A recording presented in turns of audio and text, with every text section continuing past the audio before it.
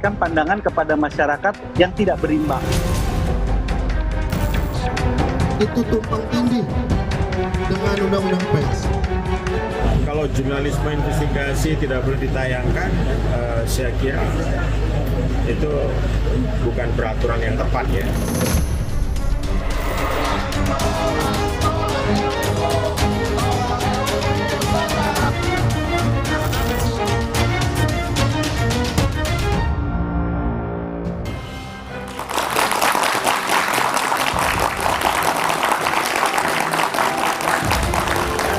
Badan Legislasi DPR tengah membahas revisi Undang-Undang Penyiaran. Revisi dianggap perlu karena Undang-Undang Penyiaran yang ada dianggap sudah usang dan perlu penyempurnaan. Namun revisi Undang-Undang Penyiaran ini menuai kritik dan polemik juga ditentang banyak kalangan. Penolakan tak hanya berasal dari kalangan media dan penyiaran dan organisasi wartawan, namun juga akademisi hingga aktivis pro-demokrasi. Penolakan dilakukan karena ada sejumlah pasal yang dinilai mengancam kebebasan pers dan berpotensi mengangkangi kebebasan berekspresi dan demokrasi. Mulai dari soal larangan menyiarkan laporan investigasi hingga pasal karet terkait isi dan konten siaran. Kenapa revisi Undang-Undang Penyiaran ini terkesan kejar setoran? Di sisa masa sidang yang kurang dari 4 bulan, muncul kecurigaan revisi Undang-Undang Penyiaran diniatkan guna mengamankan pemerintahan Prabowo Gibran 5 tahun ke depan. Benarkah demikian? Inilah Satu Meja The Forum, Undang-Undang Penyiaran direvisi, langkah mundur demokrasi.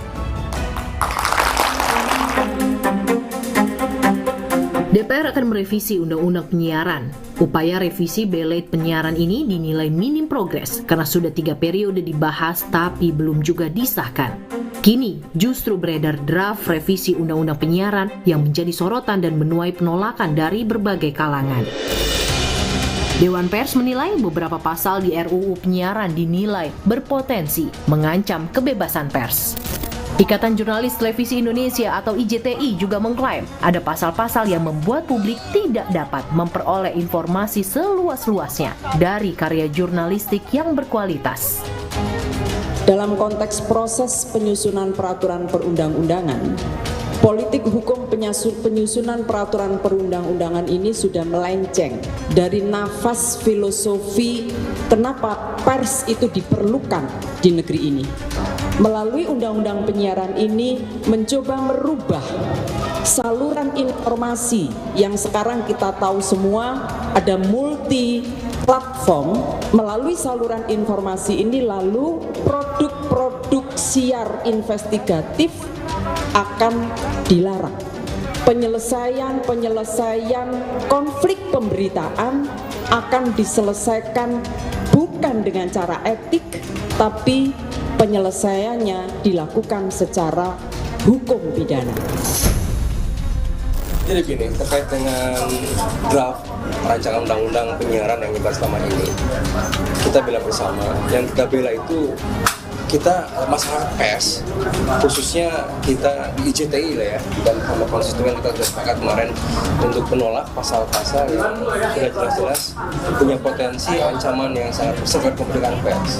Oke, berat kemerdekaan kita dalam menyuarakan fakta data dan sebagainya. Yang kita bela sebetulnya adalah publik, hak publik.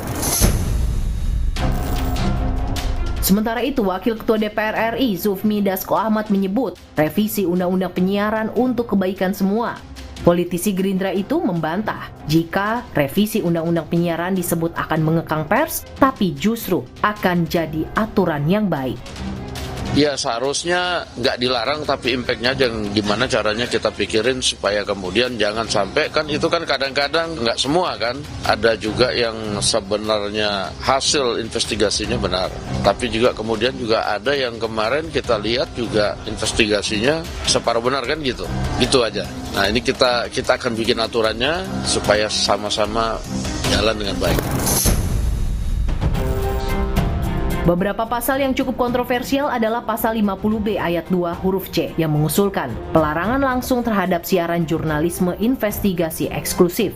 Ada juga pasal 8A ayat 1 huruf Q dan pasal 42 ayat 2 yang mengusulkan pemberian kewenangan kepada KPI untuk menyelesaikan sengketa jurnalistik, di mana fungsi ini sudah berjalan dan lebih tepat menjadi domain Dewan Pers. Di Indonesia, kebebasan pers dijamin oleh Undang-Undang Nomor 40 Tahun 1999 tentang pers. Undang-undang ini mengatur bahwa pers memiliki kebebasan untuk mencari, memperoleh, dan menyebarkan informasi, termasuk melakukan investigasi dan melaporkan fakta tanpa adanya tekanan dari pihak manapun. Benarkah revisi Undang-Undang Penyiaran diniatkan untuk mengamankan kekuasaan dan membungkam kritik publik? Lalu apa dampaknya jika revisi Undang-Undang Penyiaran tetap jalan dan pasal-pasal yang dinilai bermasalah tetap dimasukkan?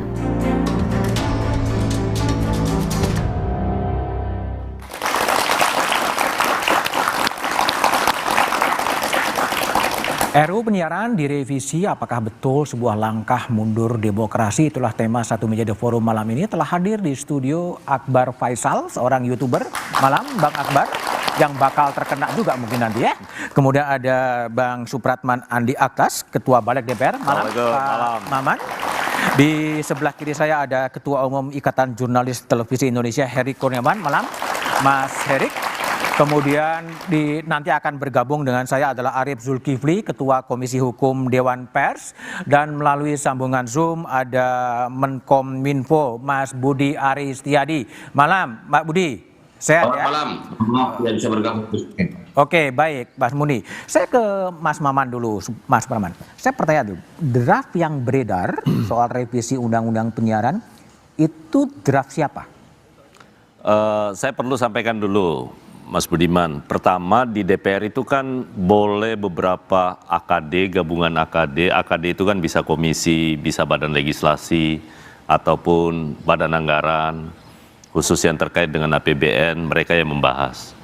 Nah, terkait dengan usul inisiatif Undang-Undang Penyiaran, kami itu tidak membahas dalam posisi badan legislasi. Posisi Balek itu dalam posisi ini adalah melakukan pengharmonisasian, pembulatan dan pemantapan konsepsi. Karena itu, ini adalah usul inisiatif teman-teman di Komisi 1 yang diserahkan kepada badan legislasi. Oke, artinya draft Maret itu adalah draft dari Komisi 1 DPR? Iya, benar. Atau draft dari Balek DPR? Enggak, karena kita hanya tugasnya adalah mengharmonisasi, tentu draft itu muncul dari usulan teman-teman di komisi.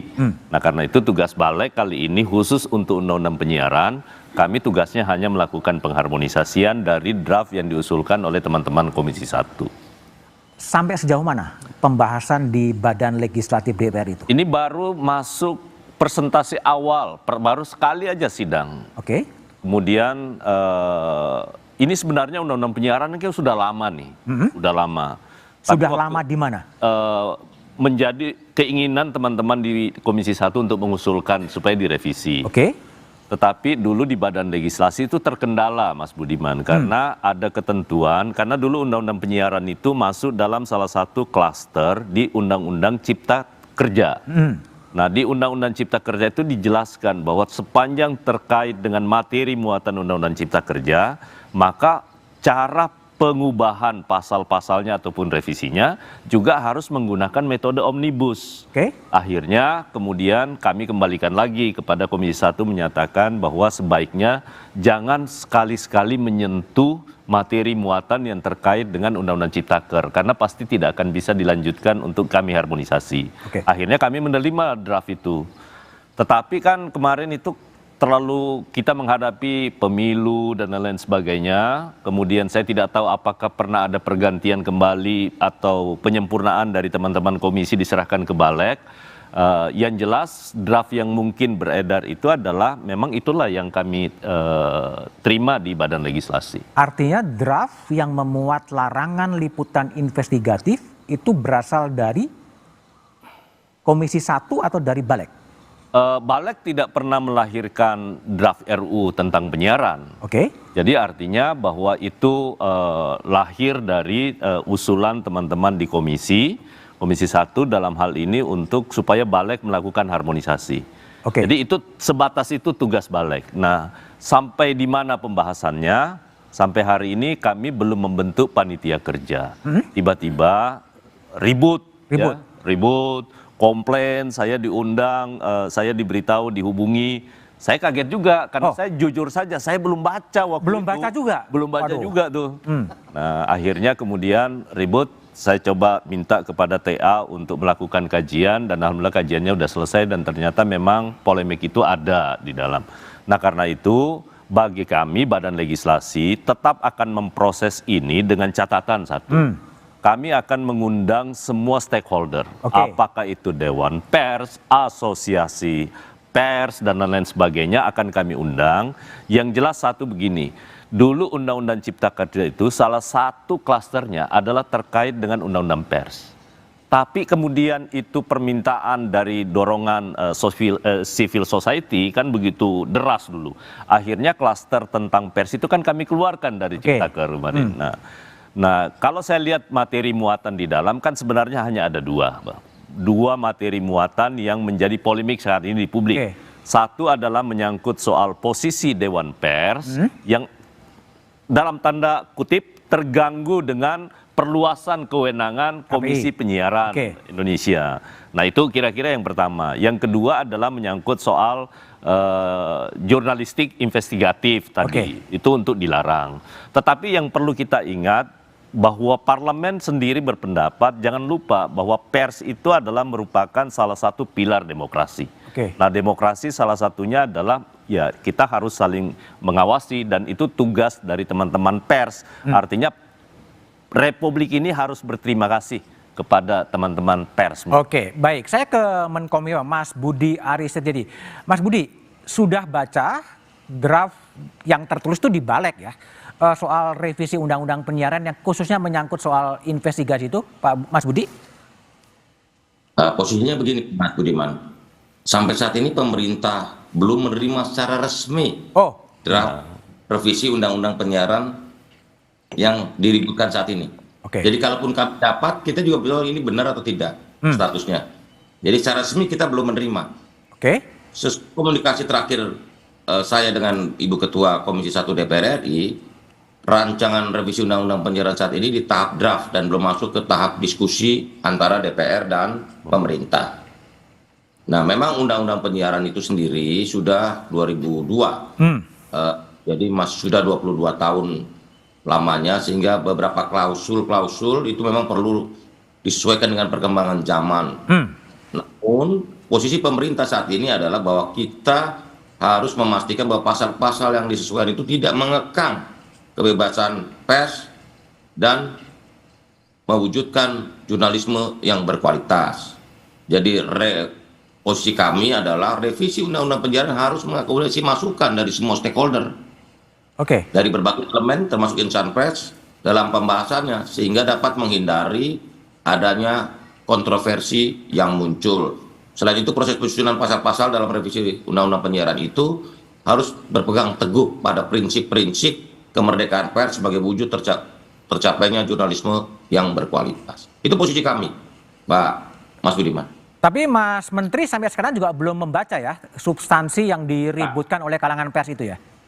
Enggak, kami sudah membaca semuanya. Tapi kan posisinya barang resmi atau enggak? Gitu loh. Barang resmi atau enggak? Jadi ya artinya kita belum menerima gini loh. Kita ini posisinya belum menerima secara resmi. Belum menerima secara resmi. Oke, jadi baik. Kita sebut ini barang resmi bukan. Kan lucu sekali. Kita mengkomentari yang sesuatu yang belum resmi kami terima. Gitu loh. Sebentar, kembali saya konfirmasi kepada Mas Maman. Ini barang yang beredar yang draft Maret itu resmi atau sebetulnya ya setengah resmi atau ilegal atau gimana? Jadi gini Mas Budiman, jadi perlu kita tahu ini kan baru awal ya, baru awal penyusunan draft RUU, belum menjadi draft resmi usulan DPR, belum. Tapi itu kan dibahas ya? Ya otomatis siapa yang berarti resmi juga, mengusulkan, tadi dia pernah dalam resmi pembahasan. juga, cuman belum menjadi draft usulan resmi DPR. Oke. Karena setelah dari balik baru kan diparipurnakan. Setelah diparipurnakan baru dikirim ke pemerintah. Oke. Jadi saya bisa memahami apa yang disampaikan oleh Pak Menteri. Ya. Pasti draft resmi sebagai usul inisiatif Setelah dari DPR paripurna ya? pasti belum diterima. Oke. Karena di balik aja belum selesai gimana pemerintah mau menerima itu. Nah karena itu saya satu jaminkan saja bahwa sama kami dengan sikap pemerintah, khusus saya tidak mewakili yang lain-lain. Saya sudah mendapatkan penugasan dari fraksi Partai Gerindra bertekad bahwa semua pasal-pasal yang kontroversial yang terkait dengan menyangkut soal pengekangan pers itu sendiri, itu sebaiknya harus dihindari. Jadi jangan lagi merubah sesuatu yang kemudian akhirnya menimbulkan polemik dan membuat pers kita tidak merdeka. Tapi yang mungkin publik juga bertanya-tanya itu dari mana sih pasal melarang liputan investigasi eksklusif? Kalau itu saya tidak bisa komentari dari siapa ya, karena kan tahu. saya bicara hanya soal siapa yang mengusulkan. Yang mengusulkan itu adalah teman-teman dari komisi. Komisi 1 ya? Soal siapa yang menyuarakan tentu, karena saya tidak terlibat dalam proses. Tapi bukan penyusupan kan? Itu. Saya nggak tahu. Nggak tahu ya? Itu pasti nggak tahu, Bang. Karena saya sama sekali balik tidak ikut dalam proses penyusunan. Oke, jadi Komisi 1 ya. Komisi 1 dilimpahkan pada balik yang ketiban abunya kira-kira. Iya. Oke, nanti sebelah saya tanya pada Herik ya, bagaimana kira-kira kenapa reaksi keras itu bermunculan dan juga kepada Akbar Faisal, tapi setelah jeda berikut ini aja.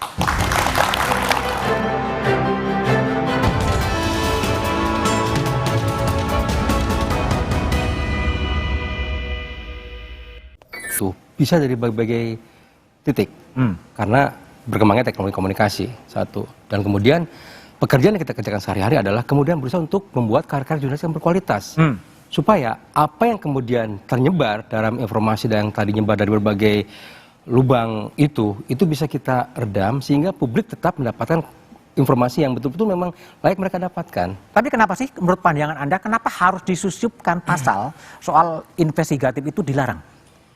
Itu yang kami bingung. Kenapa? Karena investigasi itu adalah fondasi dari jurnalistik itu pertama, sekaligus mahkota jurnalistik. Begitu fondasinya ditarik, maka akan ambruk itu bangunan jurnalistik sekaligus mahkotanya. Sebetulnya pekerjaan kami sehari-hari adalah mengerjakan kerja jurnalistik, investigasi.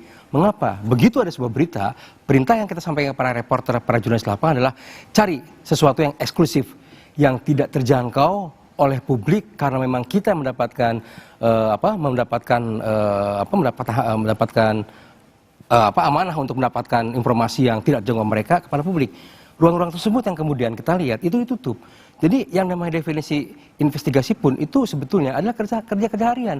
Begitu itu ditutup, maka kerja kita sebagai jurnalis akan habis. Oke, baik. Bung Akbar Faisal, saya ingin tahu kenapa sih dalam bacaan Anda, kenapa pasal investigatif dilarang itu harus dimunculkan? Siapa yang paling berkeberatan dengan liputan investigatif? Saya ingin bicara lebih banyak dari pertanyaan yang jenengan itu, Mas. Saya mumpung Pak Menterinya ada dan ada Ketua Balik, Pak Menteri, Mas Muni, sahabat saya, Mas Maman, ini sahabat saya ini, tolak rancangan ini. Oke. Ini bencana bagi kita.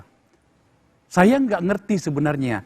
Bagaimana bisa? Saya tadi mau bertanya siapa sih inisiatif ini? Ternyata DPR. Tapi tadi Mas Maman mengatakan bahwa maaf ini bukan dari Balik. Tapi Komisi 1. Dari Komisi 1. Penjelasan yang bisa saya pahami karena saya pernah di DPR, saya 10 tahun di sana bersama dengan Maman gitu. Tapi saya mengatakan bahwa Pak Menteri, Mas Muni, Mas Budi Ari, sahabatku, tolak ini. Saya ulangi lagi, tolak ini. Kalau pemerintah meratifikasi undang-undang ini, maka bisa dianggap bahwa di ujung pemerintahan Jokowi, dia memberangus sebuah pondasi utama demokrasi yang seharusnya kita tidak lagi bicara seperti ini. Kita sama-sama di DPR, jangan tutup pengabdianmu di DPR dengan meratifikasi undang-undang ini. Keras saya bagian ini. Saya nggak ngerti bagaimana bisa masih ada usulan seperti ini. Kenapa? Kau bisa muncul usulan itu? Sebenarnya kalau mau ditarik jauh, saya berharap sih saya tidak terjebak kepada pertanyaan yang Mas Budiman ini. Ya, tapi saya mau beritahu bahwa sebenarnya panjang ceritanya. Oke. Ini ada hubungannya dengan sebuah pertemuan di sebuah restoran di salah satu hotel di dekat Patung Tani. Itu beberapa tahun yang lalu. Ya. Tapi saya tidak akan bicara terlalu detail. Cukup saya sampaikan di situ bahwa saya tahu barang ini. tahu barang ini dan Iya. tahu siapa yang mengusulkan. Yes, tentu saja. Ini panjang ceritanya. Oke, sekarang saya menjawab pertanyaannya jenengan, Mas. Saya tidak paham bagaimana pada saat hari ini kita berbicara tentang masa depan, ada sebuah usulan pasal di mana ini membawa kita, menarik kita ke masa lalu. Saya tidak boleh menggunakan kata tolol di sini, tetapi terpaksa saya katakan karena ini terlalu jauh. Oke? So, tadi mengatakan bahwa bagaimana ada sebuah pasal dia melarang yang namanya Investigasi. Investigasi. Itu kan salah satu bagian dari program Ya, salah satu. Tetapi kalau mau menjawab itu, saya pengen bertanya, teman-teman saya yang ada di Komisi 1 di DPR itu, ingin masyarakat kita ini, adik-adik kita di depan ini, ingin membaca berita basa-basi. Rilis setiap hari. Yang membuat kita tidak menjadi maju juga. Pada saat yang sama kita baru menerima Elon Musk. Yang membuat ini jadi para perusahaan provider ini jadi kebingungan kan, karena ada teknologi baru bernama Starlink yang akan datang ke sini. Itu pun ditolak. Pada beberapa bagian saya bisa paham, tapi kita bicara tentang dunia pers. Bagaimana bisa ada usulan seperti ini? Bangsa ini harus maju, dan yang harus diutak-atik dari sebuah bangsa yang maju itu adalah sikap kritisisme dari masyarakatnya, dan itu adalah media di situ. Dan itu yang akan dimatikan. Dan itu yang akan dimatikan. Belum lagi kalau yang namanya konten menyangkut seperti saya misalnya, seorang YouTuber itu harus katakanlah misalnya harus lapor lagi ke KPI. Ke KPI. Come on. Saya malah nggak tahu orang KPI itu siapa. Satu, yang kedua, ini pada bagian penting. Orang-orang yang masuk ke KPI itu adalah paket politik. Harus lolos di Komisi 1 di DPR. Dan kita tahu ketika paket politik itu bukan konten yang bicara, itu bukan substansi yang bicara. Nah, saya harus mengatakan bagaimana bisa ada usulan seperti ini yang pada hari seperti ini, Mas Budiman. Anda mau memberikan saya waktu lebih banyak lagi? Ya, sebentar, kita harus berbagi waktu. Ya, itu Oke, Triagung. Jadi Anda sebagai anggota Dewan Pers, tentunya kan ada juga keberatan dari Dewan Pers yang kemudian di draft yang apakah itu legal atau enggak legal, itu kan berbagi dengan KPI. Gimana posisi Dewan Pers sebetulnya? Iya, pertama-tama memang dari draft yang beredar terakhir tanggal 27 Maret 2024 kelihatan sekali bahwa penyusun rancangan undang-undang ini mencoba memisahkan antara penyiaran dan jurnalistik. Padahal kan di produk-produk penyiaran juga ada jurnalisme di dalamnya. Dan itu kelihatan ketika dalam konsiderannya tidak lagi memasukkan undang-undang pers di dalamnya. Padahal di undang-undang sebelumnya, undang-undang 32 tahun 2002 tentang penyiaran, konsideran tentang undang-undang pers ada di dalamnya. Kemudian kelihatan lagi juga dalam perubahan pasal 2 misalnya. Pasal 2 di situ disebutkan kebebasan berekspresi, kemudian ada tanggung jawab dan ada keadilan, tetapi kemudian investigasi yang bersifat eksklusif dilarang. Kemudian di pasal 3 itu juga di pasal 3 misalnya di H meningkatkan kesadaran kepatuhan dan tanggung jawab hukum, kemudian J mendorong peran aktif masyarakat dalam pembangunan, menumbuhkan kreativitas masyarakat dalam yang positif dan produktif, tetapi tadi produk-produk jurnalistik yang adalah juga bagian dari kontrol publik justru termasuk yang investigasi dan eksklusif justru dilarang. Jadi nampak sekali bahwa ada kepentingan-kepentingan, karena DPR itu adalah lembaga politik, kepentingan-kepentingan politik sesaat yang saya bisa menduga karena begitu banyak laporan-laporan eksklusif investigasi yang kemudian menyulitkan DPR sehingga kemudian muncullah draft ini yang kemudian di Maret 2024. Jadi artinya ada pesanan yang memasukkan pasal itu? Iya, rasanya kental sekali aroma bahwa ada pihak-pihak tertentu yang kebetulan punya kepentingan politik dan punya jangkauan politik lebih dalam lagi untuk mengendalikan penyiaran dan kemudian mengendalikan dalam konteks melemahkan dunia jurnalistik termasuk Dewan Pers. Oke, betul ada pesanan nggak sih? Gini, sepengetahuan saya sejauh ini nggak ada sama sekali ya di badan legislasi ya. Saya selalu bicarakan di balai. Karena kami menerima draft ya apa adanya gitu. Jadi menyangkut soal isi di dalam sama sekali badan legislasi itu tidak pernah terlibat dalam proses penyusunan. Baik, Akbar, silakan. Gini, kalau Maman sih dari jawaban ini sebenarnya itu saya ingin seakan-akan Maman ini mengatakan gini, kami nggak tahu menahu soal ini, titik. Oke. Karena memang belum sampai ke balik kan ya. Sudah di balik, sudah dikirim. Ya, tapi kan belum draftnya dibahas, sudah ada, belum dibahas. Ya itu, apalagi kan itu memang inisiatifnya dari Komisi 1. Tapi saya mau teruskan tadi dari Mas Tri Agung tadi mengatakan ini politik saja. Tampaknya enggak deh. Ekonomi juga ada. Tampaknya ekonomi juga. Oke. So mari kita jujur-jujuran. Ini bangsa harus kita bawa ke depan, harus maju lebih jauh, dan hari ini kita masih membahas yang seperti ini, memang kita sedang bermasalah. So menurut saya, ayo teman-teman aliansi pers, Kompas sudah memulainya, tampaknya juga TV-TV lain sudah memulainya. Kita lawan undang-undang ini. Oke, kita lawan. Kembali, Mas Muni, apakah betul kemudian ada kepentingan politik dan ekonomi yang sengaja menyisipkan pasal yang melarang liputan investigatif? Tapi jawabannya usai jeda aja.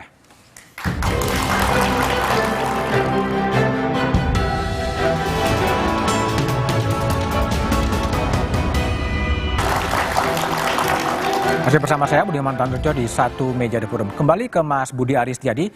Mas Menteri, betulkah ada kekuatan politik dan ekonomi yang memasukkan pasal soal larangan investigasi bagi media? Tugas kita kan bukan menjawab pertanyaan yang spekulatif soal ada atau tidak. Ya silakan teman-teman media menginvestigasi ini semua, karena tugas media menginvestigasi ini semua. Tapi kan dilarang. Kan belum. Justru tugas Kompas TV dan semua media, termasuk Dewan Pers, ayo kita investigasi siapa ini, kementerian siapa ini. Jangan ditanyakan saya kepentingan siapa, emang saya analis. Gitu loh. Tetapi yang pasti gini loh.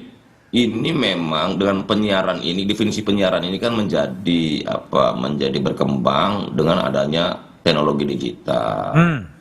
Di banyak negara, termasuk hasil diskusi kami dengan UNESCO, itu merekomendasikan dibentuknya namanya Social Media Council atau Dewan Media Sosial.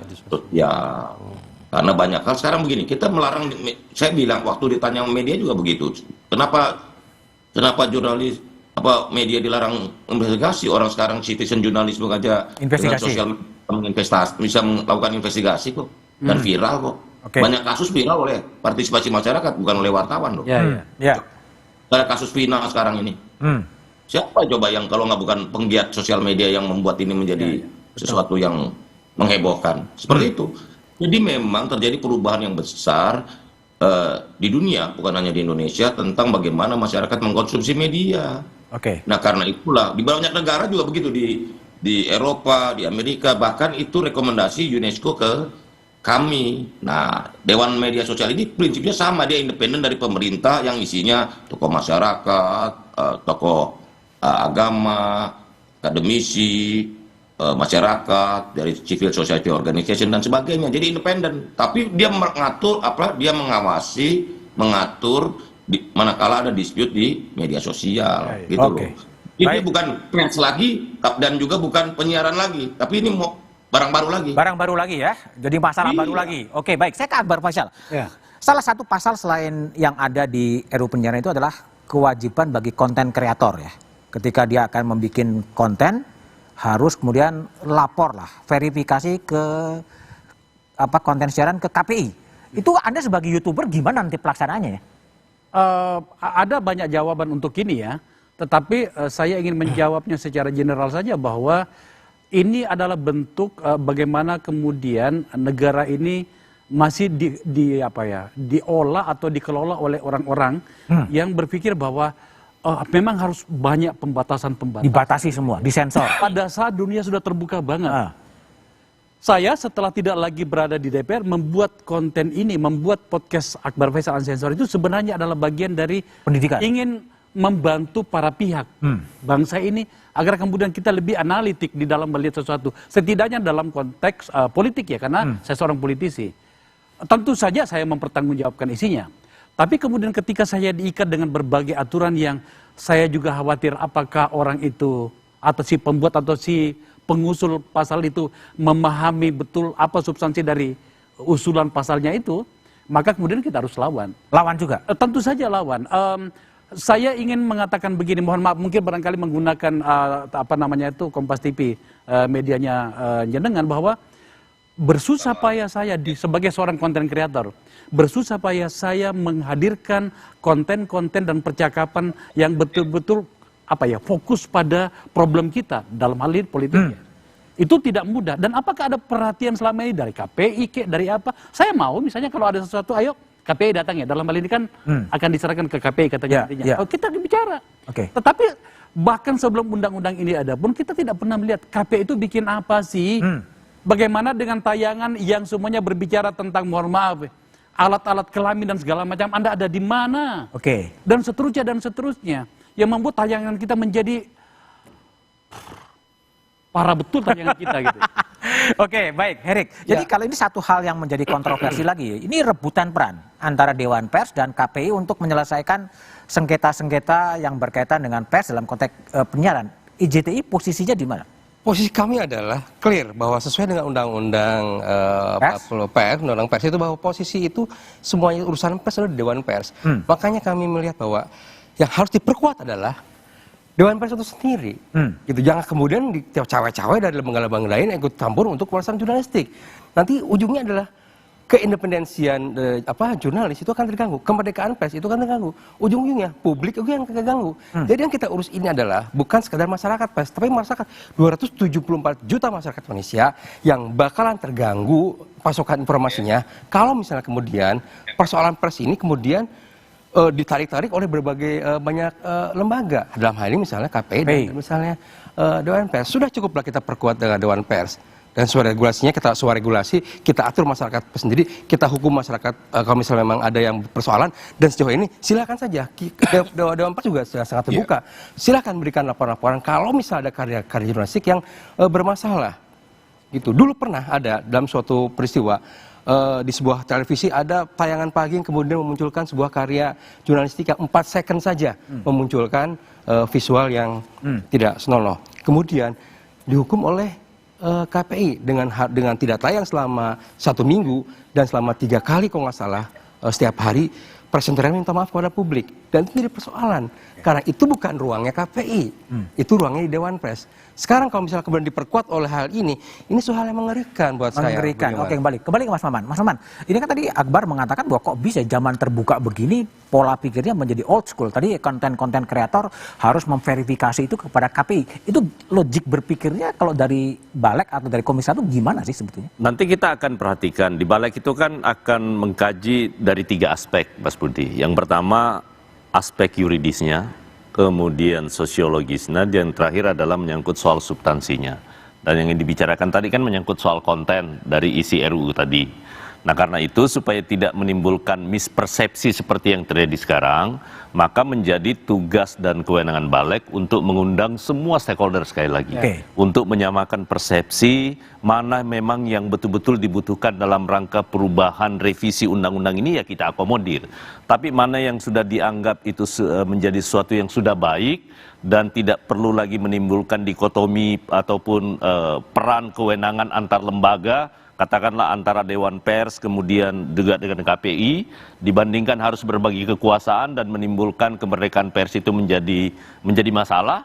Saya rasa usulan-usulan dari teman-teman Ikatan Jurnalis Televisi maupun Dewan Pers juga menjadi suatu hal yang masih bisa kita pertahankan. Nah karena itu sekali lagi beri waktu kepada Badan Legislasi untuk mengundang semua pemangku kepentingan untuk kita dengar, sehingga dari sisi aspek substansi dari rancangan undang-undang ini itu memang sesuai harapan masyarakat. Tapi jangan dibiarkan seperti ini dong, ada penyelundupan seperti ini. Balek ngambil saya tidak mau bicara soal penyelundupan karena itu saya betul-betul nggak ngerti masalahnya kan. Kami terima draft resmi. Jadi kalau dianggap itu ada penyelundupan yang mana? Bukan. Kan saya gini Man, maksud saya begini. Kan di DPR itu ada Balek, Badan Legislasi, di mana itulah seluruh produk undang-undang yang disepakati nanti dengan pemerintah gitu kan. Berbedanya gini Bang Akbar, masalahnya kalau Badan Legislasi yang menyusun draftnya, maka tentu saya akan jawab. Kayak gini maksud saya. Pada bagian itu entar Mas Budiman saya bantu. Pada bagian itu saya paham, tetapi maksud saya jangan ada kebiasaan seperti ini. Bahkan Balek pun tidak tahu. Harusnya kan tahu. Enggak, kalau untuk ini masalahnya usul dari komisi, kami tidak pernah ikut terlibat dalam persidangan. Sekedar hanya menetapkan dalam daftar prolegnas prioritas. Itu tugas balik. Bahwa komisi pertanyaan gini, apakah itu akan ditargetkan selesai pada periode sekarang? Tadi saya sudah sampaikan, dari fraksi saya sudah jelas memerintahkan untuk mendengar semua pihak dan tidak ada target menyangkut soal penyelesaian itu. Tidak ada target? Ya, tidak ada target. Tidak harus diselesaikan sekarang? Tidak, karena itu dari awal saya sudah sampaikan melalui media ini. Saya mendapatkan perintah dari fraksi bahwa tolong panggil semua stakeholder dan jangan membuat kegaduhan lagi terkait menyangkut soal dua isu yang tadi berkembang di sini. Mas Budiman, sorry, ini bagian yang paling mengganggu saya. Lewat TV-nya jenengan ini, saya pengen ada inisiatif dari masyarakat, termasuk teman-teman dari wartawan, mencari tahu siapa yang tanda petik. Kalau balik tidak mengaku itu, oke, saya paham lah, karena situasinya memang berbeda. Tapi saya beranggapan bahwa ada pihak, apakah orang atau sebuah lembaga yang mencoba menginisiasi ini dengan cara yang cakep gitu ya. Kita harus mencari tahu soal itu. Siapa orangnya? Oke, baik. Tri Agung dari Dewan Pers, itu juga ada pasal yang bisa dikonstruksikan multitafsir. Betul. Melarang liputan yang berkaitan dengan pencemaran nama baik, menimbulkan keonaran, dan kemudian penghinaan. Multitafsir ini, posisi Dewan Pers terhadap pasal itu seperti apa sebetulnya? Iya, kembali lagi tadi bahwa penyusun rancangan undang-undang ini kelihatan sekali memang dalam posisi yang dia tidak memahami antara dunia penyiaran yang juga sebenarnya ada juga berimpitan dengan dunia pers. Sehingga semua dia berpikir bahwa semuanya bisa masuk di penyiaran dan pada saat yang sama mengabaikan produk pers, produk jurnalistik. Itu kelihatan sekali dengan dihapuskannya Undang-Undang 40 tahun 1999 tentang pers sebagai pertimbangan, sebagai konsideran di dalam draft RUU ini. Jadi itu nggak ada. Dan kemudian mencoba mengatur semuanya, tetapi justru kedodoran, kelihatan sekali kedodoran. Dan ada upaya kalau di sisi Dewan Pers tidak keberatan ada revisi terhadap sebuah undang-undang karena memang itu produk hukum bisa direvisi, tetapi kembali harus dilakukan secara terbuka, melibatkan banyak pihak dan saling didengar supaya kemudian tidak terjadi sebuah undang-undang yang tumpang tindih, undang-undang yang sengaja didesain untuk melemahkan yang lain gitu. Jadi ini semua harus terbuka, Mas Budiman, dan kalau terkait dengan ide yang disampaikan oleh Mas Muni tadi, Menteri, soal Dewan Media Sosial, menurutku sesuatu yang menarik. Meskipun Dewan Pers sebenarnya sudah mengeluarkan peraturan Dewan Pers nomor 1 tahun 2022 mengenai pengelolaan akun media sosial. Ada 4 kategori di dalamnya. Ada akun media sosial yang official milik media, itu mengacu pada Undang-Undang Pers. Yang kedua, akun orang-orang tertentu di media yang kemudian under di medianya, kayak misalnya Mas Budiman dulu punya Back to BDM yang under harian Kompas, maka itu pertanggungjawabannya perlindungannya oleh Undang-Undang Pers. Tetapi ada juga wartawan atau siapapun jurnalis yang kemudian bikin akun sendiri lepas dari medianya, maka itu tanggung jawab dia pribadi. Mas Akbar Faisal, aktivis media sosial, konten kreator bikin sendiri, maka itu tanggung jawabnya ada di media itu sendiri, bukan ditanggung jawab di. Oke, tapi pertanyaannya adalah bagaimana RUU penyiaran dan RUU lainnya tetap bisa menjamin kebebasan berpendapat dan kebebasan pers? Jawab setelah jeda berikut ini. Ya.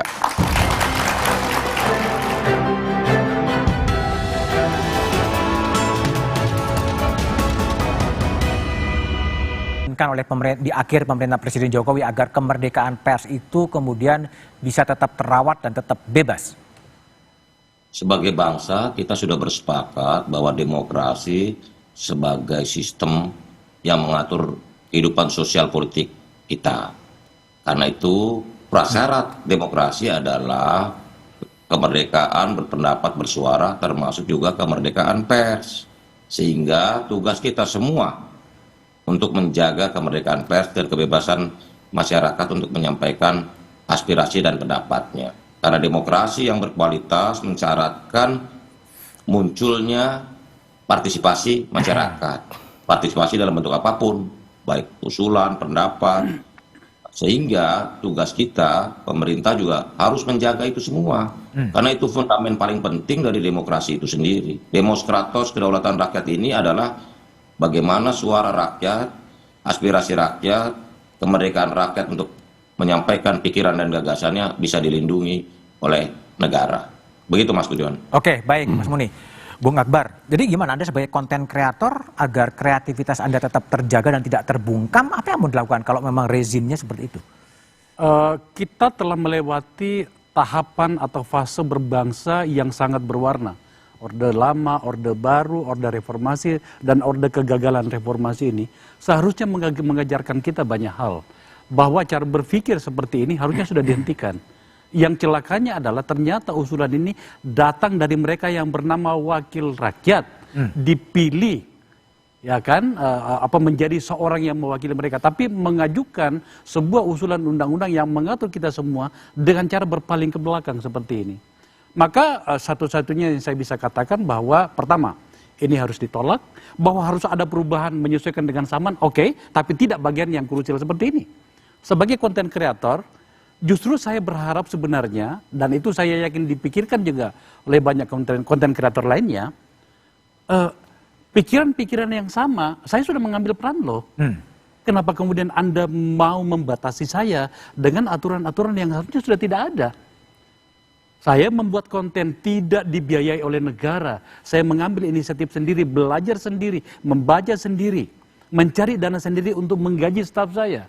Tapi kemudian itu dianggap sebagai bagian dari rencana musuh, bahasa saya seperti itu. Maka untuk itu menurut saya pertama kita lawan ini, yang kedua revisi pada bagian yang layak untuk revisi tapi tidak pada bagian ini. Yang ketiga, orang-orang yang mengambil peran dan kemudian mengambil peran dalam berbangsa, dalam hal penyiaran dan informasi, tapi kemudian mengambil posisi mengajukan undang-undang seperti ini, harus kita nyatakan sebagai musuh bangsa. Musuh bangsa. Bung Maman, wakil rakyat kok bisa membawa ke zaman batu, itu gimana? Satu, sekali lagi, ini kan ada hikmahnya, Mas Budiman. Satu, tentu bagi badan legislasi, karena sekarang draft RUU itu ada sekarang di Balek, tugas pertama kami sebelum mengundang seluruh pemangku kepentingan dalam hal ini adalah civil society, maka nanti akan kami komunikasikan dengan pihak pengusul bahwa ini ada masalah yang ditemukan, ada berbagai macam masukan, mungkin saja nanti bisa saja pengusul bisa menarik kembali dan melakukan revisi, ya kan, itu memungkinkan. Atau yang kedua, mungkin akan kita lakukan juga pemanggilan atau mengundang kepada semua pemangku kepentingan yang lain untuk kita mintakan masukan mana yang terbaik sih buat kemerdekaan pers tadi, baik menyangkut soal posisi Dewan Pers dalam menyelesaikan sengketa jurnalistik itu, ataupun juga menyangkut soal kedudukan dari jurnalistik investigasi tadi. Apakah memang itu perlu diatur atau tidak? Kami akan mendengar semua pihak. Termasuk malam ini kita diskusikan. Tadi pemerintah juga sudah menyatakan sikap bahwa mereka akan mengeluarkan sikap secara resmi kalau ini menjadi usul inisiatif. Tapi apakah akan menjadi usul inisiatif? Nggak ada jaminan. Nggak ada jaminan juga? Nggak ada jaminan. Karena kan kami ada 9 fraksi. Nah karena itu sekali lagi undang-undang pers, pengalaman yang kami lakukan yang terkait dengan pers, saya mau ulang sekali lagi. Dulu di Undang-Undang Ciptaker, karena seluruh masyarakat pers bersatu, akhirnya klaster yang menyangkut pers hilang, ya kan?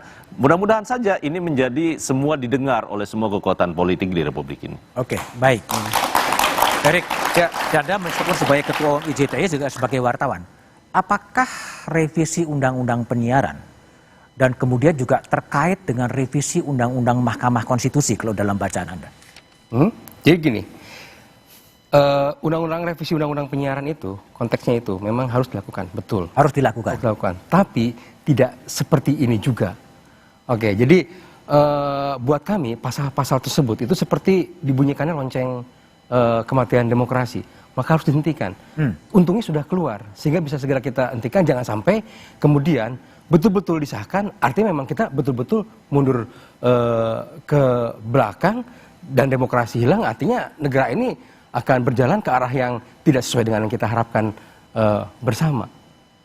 Begitu. Jadi mari kita bersama-sama. Jadi terima kasih atas komitmennya kepada Pak Menteri juga, kepada Pak Aman juga, supaya bahwa ini memang jalannya masih panjang. Jadi kalau misalnya memang ada penumpang-penumpang gelap juga, ya diharapkan juga kemudian kita tidak... Anda membaca ada penumpang gelap? Saya membaca ada penumpang gelap. Kenapa? Siapa yang paling berkepentingan?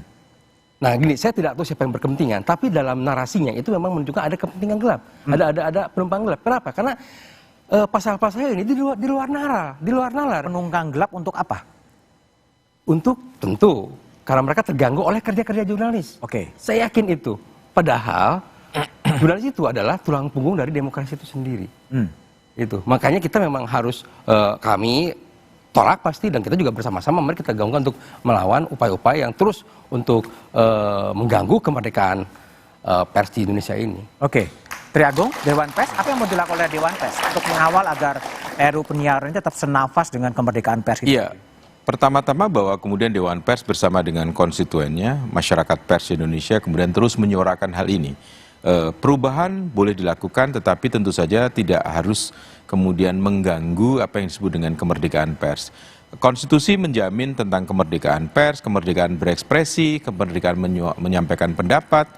Dan kalau kemudian pers, Mas Budiman, bersuara keras, termasuk melakukan investigasi yang eksklusif, itu bukan karena pers itu ingin menggulingkan penguasa atau siapapun yang berkuasa, tetapi karena kecintaan pers kepada bangsa ini, karena pers itu bertanggung jawab pada publik, dan juga sebenarnya mesti dibaca kecintaan pers juga kepada penguasa, pada pemerintah, pada wakil rakyat, dengan cara melakukan investigasi yang eksklusif, yang kemudian membuka tabir banyak hal, itu adalah sekaligus mengingatkan supaya jangan sampai bangsa ini kembali terpuruk, kemudian politisi, para penguasa ini juga kembali terpuruk dalam jeratan korupsi, dalam jeratan penyimpangan dan sebagainya.